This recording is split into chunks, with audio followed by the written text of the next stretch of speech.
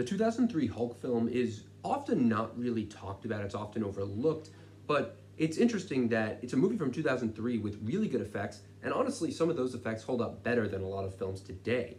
It also has something that a lot of movies don't have, a lot of superhero movies don't have, and that is the character development. And I wanted to just talk about how a movie from 2003 might be more idiosyncratic and more, like, honestly have better comic book stylings than movies from, well, this year. And a lot of it does go down to character development. So I wanted to talk about that. But before we do, we should mention something interesting. And that is that the directors of Ms. Marvel, the directors who formerly were going to direct the Batgirl movie, posted a picture with Michael Keaton. And they said this is from the behind the scenes of Batgirl, the movie that was canceled and never came out. So I thought it was interesting, and I thought that these directors, by the way, are really good. And they directed the first 2 episodes of Ms. Marvel. And a lot of people even talked about Ms. Marvel and were saying how it was not a good show. And I kind of disagree with the first 2 episodes. I think that there is something to be said about having the show actually get really bad. Like, it started pretty good, and then it got to a point where it just really fell off with bad effects, with characters that, never got development. It's been an entire episode on a one character who wasn't a main character, and it was a backstory episode, and it just didn't fit with the entire flow. If they had done maybe 10 episodes, it could have worked, but it just really disrupted the rhythm. And, not only that, visually, it didn't have great direction. The first 2 episodes did, though. And I think that, when Marvel is using a really good director, they're going to get great stuff.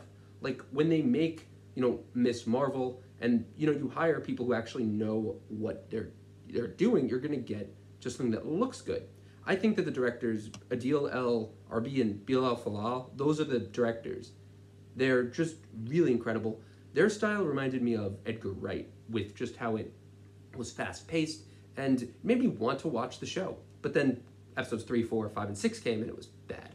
But the point is, you can make, a show good as long as you have direction, as long as you kind of know what you're doing, and as long as the vision doesn't change. That's usually when these things get bad. But I wanted to talk about The Hulk just because that was a movie that had a consistent vision, and it's one of the only superhero movies to really be a psychological movie. There are plenty of other, good examples of superhero movies, like The Dark Knight is a great example. Iron Man 2 is a great, not Iron Man 2, but Iron Man from 2008 is a great example, of Marvel at their peak. Really, it is, because, at that point, they were only prioritizing characters. It isn't about a big world or how, these characters or creatures are going to fit into the world. It's just about how one person, the main character, Tony Stark, is going to get out of the situation. How is he going to stop these terrorists? How is he going to even build the suit? And it's those, questions and answers that build up and actually give you an entertaining movie. And if you don't have those, if you're just putting in these events because it looks cool or here's a cool cameo, it doesn't register as much. But I think that's why, Marvel in their early days were so good. And Hulk from 2003 wasn't even a Marvel Cinematic Universe film. It came out before that, and then they ended up just rebooting it with The Incredible Hulk. By the way, a great example of, like, the opposite of what I'm describing. It's just a terrible movie where they try to fit in the Hulk. And the odd thing is that it come out this, like, I think a month after Iron Man, and it just was not, like, as good at all. Iron Man had humor, it had an interesting character. The villain was honestly kind of bland in the first one, but at least, Tony Stark anchored the film. He really was, and I think that's what developed the MCU. If it hadn't been for Robert Downey Jr., who knows what might have happened. However, it just really happened to work so well. Whereas in The Incredible Hulk with Edward Norton, that movie is just a big mistake in that it only really wants to show you these cool Hulk sequences, but you don't get anything really with character development before that, and it doesn't work as well. With Hulk 2003, you get all that. You get the experiment. You get a really cool opening where you see the Hulk's father and you get to see a backstory, and it all works so well at actually making you care about the characters. Most movies don't do this, but this movie did it. I think that it has this, aside from just the comprehensive relationship with his family, it also has the stylings of a comic book movie. Ang Lee is a great director, and he clearly shows that when he even said he wanted to make a movie that was about the Hulk. He actually did the motion capture performance himself, and also, that should just show that he really cares about making this character, as opposed to, the new Marvel movies where they really just neutered the Hulk. That isn't the Hulk. The Hulk is this angry creature, and the amazing thing is they actually show how he goes from being like just a normal guy, and they show rage and trauma, and they actually show like how it triggers the Hulk in him. And it's a 139-minute movie. It takes its time, but I thought it was very well paced.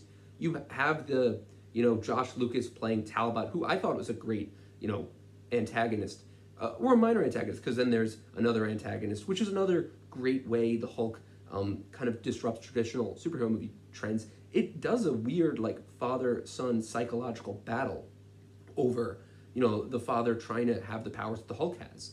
And it's just such a good comic book story. It doesn't feel like, it gives you all the stuff you want to see, like the great action sequences. I loved the scene at Atheon where they're in the underground bunker and the Hulk's trying to escape, and then he runs to the desert town, and then that eventually leads to the San Francisco climax, and then on top of that they bring the Hulk and his father back, and then they're brought together for the the secondary climax. It really is well paced. I think that if you want good storytelling, you can watch this movie. It has great storytelling, and it doesn't sacrifice the visuals, doesn't sacrifice cool blockbuster scenes. I really wish more movies were like Hulk from 2003. It seems like a lot of them are too much like The Incredible Hulk, where they're just trying to like rush through a story, fit in those action elements, but it doesn't work. And I just don't like that. And I thought that, give us a movie with actual good story, good cast. Also, everyone was really well cast. Bruce Banner was really cast well with Eric Bana. He was great. He's honestly one of the best Hulk performers. Sam Elliott is a classic role. Jennifer Connelly, timeless. And like I said, I love Josh Lucas, and Nick Nolte was fantastic. So yeah, I just say if you're going to make a superhero movie, make it good, make it personal, and don't treat it like a superhero movie. It could be anything. And in this case, they really made it work well. I think Ang Lee is an awesome director, and I honestly would love to see him do another superhero movie. He's just so good at it, and he has the passion. So, guys, thanks for watching, and see you later.